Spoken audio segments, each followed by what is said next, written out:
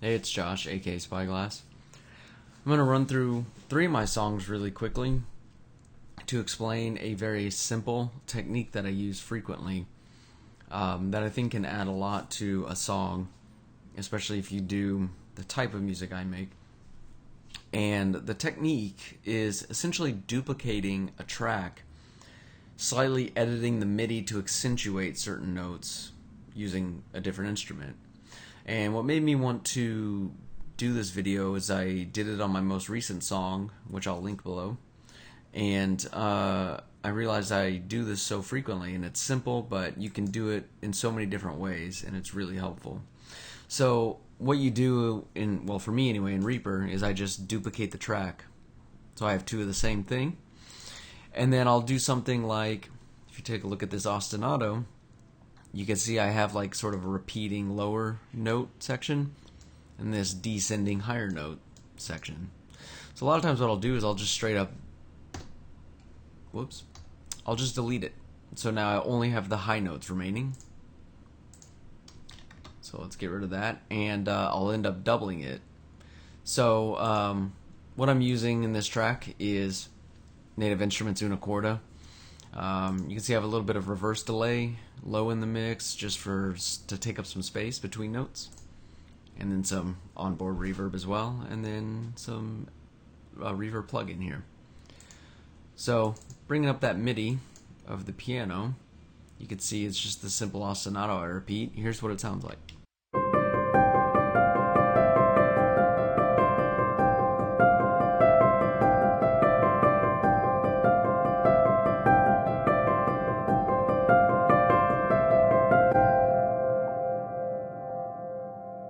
So it's already pretty dreamy, but what I like to do is duplicate it and take out notes, which I did with this track above it. So as you can see, it has the same descending pattern here.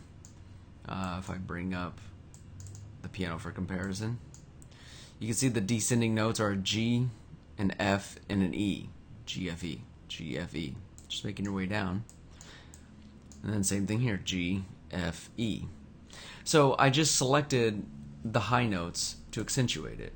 Now the funny thing about this is on its own it sounds kind of goofy. So if I were to play just this synth, here's what it sounds like.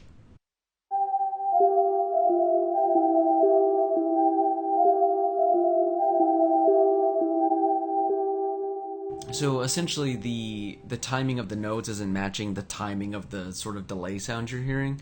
Here's what it actually sounds like if you just hold a note.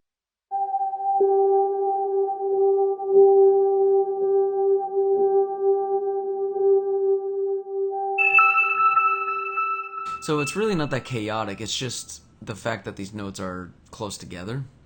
But it's when you put them together is when you start to get more action. So it's really just to make something simple sound more interesting. So I'll play the piano and then add the synth in, and you can hear what's going on.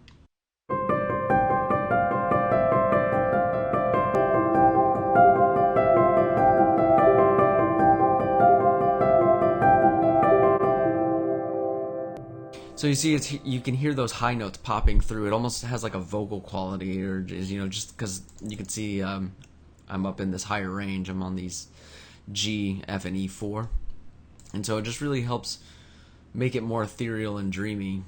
So I'm not even going to play the rest of what's going on. I just want you to understand these on its own, how you can add to it. Let's go to another song just to have a similar example. So in this song called Relapse, you can see I just have another repeating pattern, and it actually goes the length of the song. You can see there's variations on it, but it's the same structure here, starting on the E and kind of just doing this pattern. So on its own, some of those piano repeats sound like this.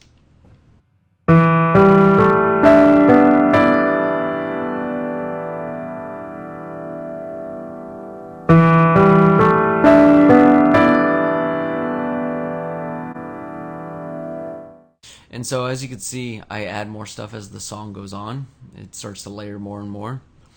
And so after playing that and layering, I wanted to layer on top of the piano itself to really change that up. So one thing I do very frequently, I actually need to unfreeze this to bring up the MIDI. So you can see here, there's only a couple notes per repetition. I have the low note, which is the E that I started with, just like on the piano. But then I'm accentuating various high notes to follow along the pattern and bring different qualities to it. So here I'm hitting this F sharp, here I'm hitting a B. So if we bring up the piano where that starts, you see I'm hitting an F sharp, B. So it's just the highest note of each repetition. I'm accentuating it. And here's what those little individual notes sound like. So now I'm doing a low and a high.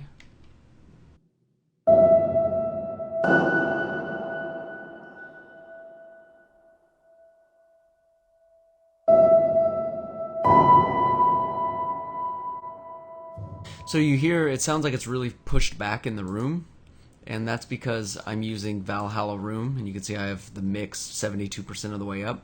So it's really pushed back with the reverb.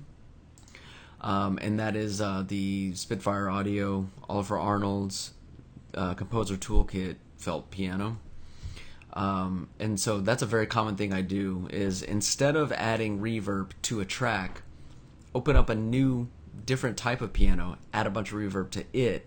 That way you're getting reverb without changing the dry signal of your original track, in this case just this acoustic piano. Another layer I do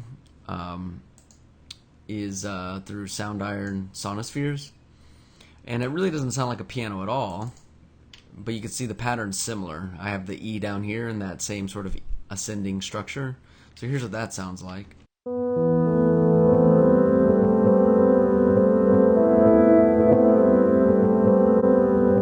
Just to add some ambience to it.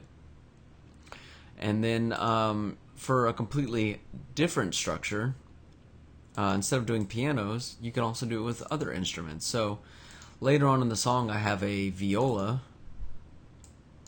that sounds like this. And again, you see it follows a similar pattern. So here's that.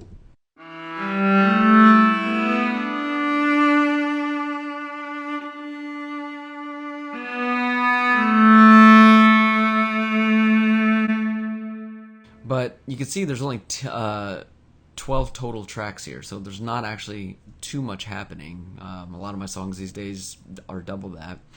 So I needed to fill up some space. It's a pretty minimal song. So I opened up another Sonospheres and just did the same thing. I doubled the viola track, and here's what this little pad synthy thing sounds like.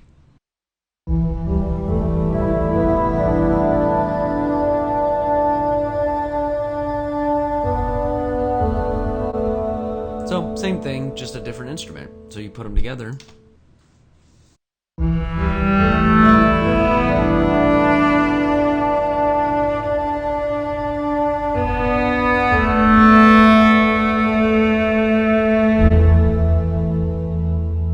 You can see this has a longer delay time, so it helps fill up gaps, fills up space. So it doesn't even have to be pianos, even though that's my most commonly used instrument for this technique.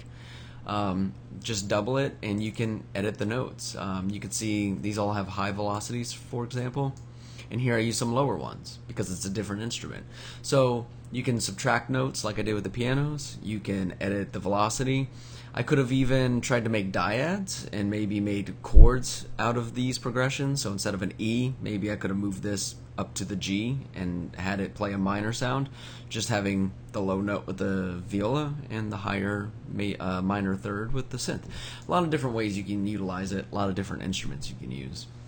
So let me show you one more example, and this is actually using several layers and using them in a few ways. So this is my song Sparse Fog, glowing through crepuscular rays through a canopy of trees. So goes back to the piano, and this is another felt piano, and you can see it's a pretty simple thing. I think I probably programmed this, that's why it looks so symmetrical. Here's what it sounds like.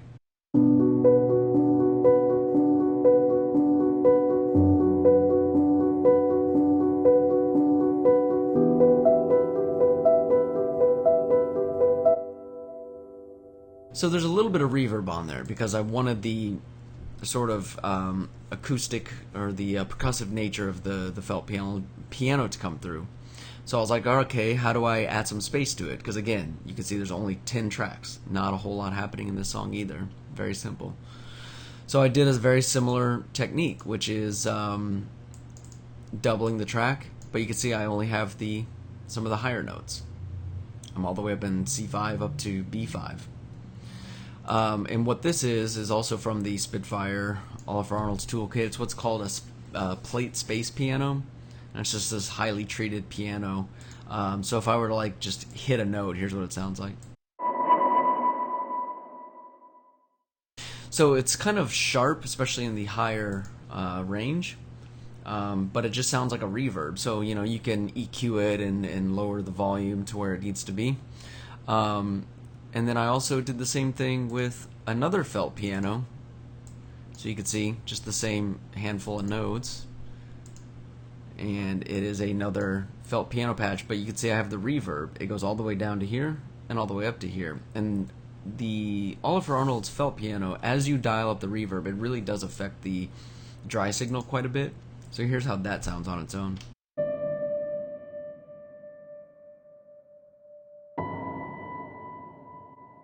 So again, it feels like it's pushed back in the room. So those two together, it's just going to be like a sharp attacking, high, reverby type of sound.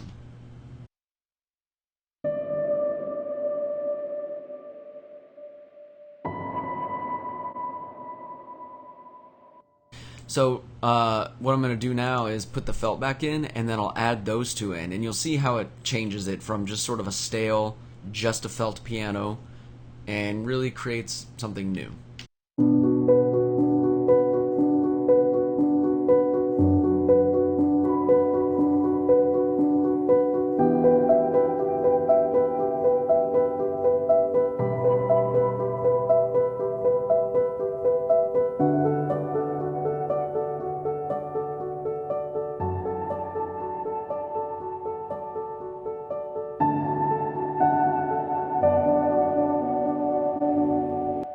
So really adds different textures, takes up space, adds air in there, and so it's a nice touch. You might have heard or noticed this volume envelope on the felt piano going down, and that is the last technique or use of this technique I'll show you. The reason that goes down is because I actually have this regular grand piano, the Sound Iron Emotional piano, fade in. You can see the volume envelope fading in.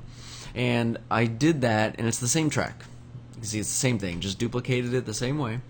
The only reason I do this, and I've done this on several tracks, sometimes fading one up while the other one fades completely out, is because, felt pianos are usually a little bit softer and lower in volume and lower in attack and all that. There's just, everything's a little softened, a little dampened by the felt. And so what I wanted to do is slowly blend in a regular piano so you start to get a more forceful attack, a more full round sound of like the resonance of like a grand piano.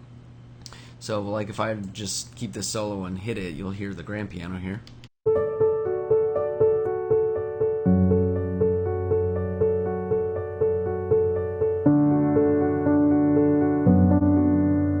So you hear it's a little more rich with that like low end. So let's put them together, and you'll see as this is about to fade in, you'll hear how it changes just a little bit.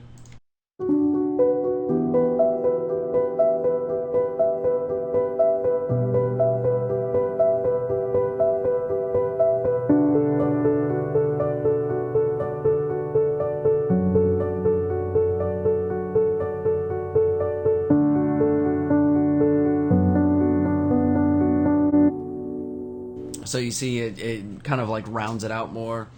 It's a little heavier, a little bassier, so it just changes the tone. So I'll play you out with all of that together, so you'll hear just sort of a full-bodied, layered section with multiple ways of using this technique. You can see it's extremely simple. There's a lot of different ways you can use it, and I think it's a really effective way to add new textures, add layers, and really fill out a song without getting too crazy with MIDI editing, envelopes, processing, and all that.